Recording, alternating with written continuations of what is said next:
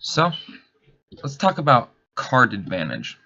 Card advantage is a term used in trading card games, and it's applicable to other things if you have the mind to bend information. So, if you can take something that is about one subject and use that information towards another subject, this could be very useful to you. In terms of, like, this is the first way that I learned how to do it. I want to get better at League of Legends, and so I then went to Dota 2 improvement videos, because Dota 2 is far more complicated than League of Legends, and it's basically the same game at its core, like rotationals, getting kills, staying alive, getting objectives, working with your team. So, card advantage, let's talk about card advantage in League of Legends. So, every character has a level and stats, and those levels and stats just keep going up and blah blah blah blah. Eventually, you get set behind by something, and then the other guy's higher level than you. Now, he's stronger than you.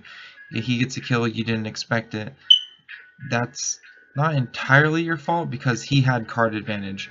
So, let's say the enemy jungler comes and ganks you, and then you have to flash away, and then you back still, but 2 minutes later, like, your enemy laner just kills you because you don't have flash and he had flash. That's card advantage.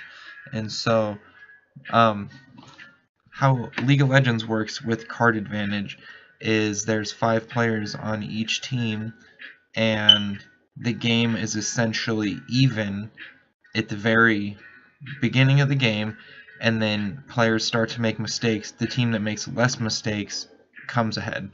So, let's say the jungler is not capable of making ganks because they're not strong enough. The ganks will get turned and then they die, and then their laners will die. So they're just trying to farm, and the other enemy is just ganking. Well, that's like the card advantage, that they have ganks and you don't. So you have to play the whole game knowing I'm never getting a gank and this guy is only ganking me.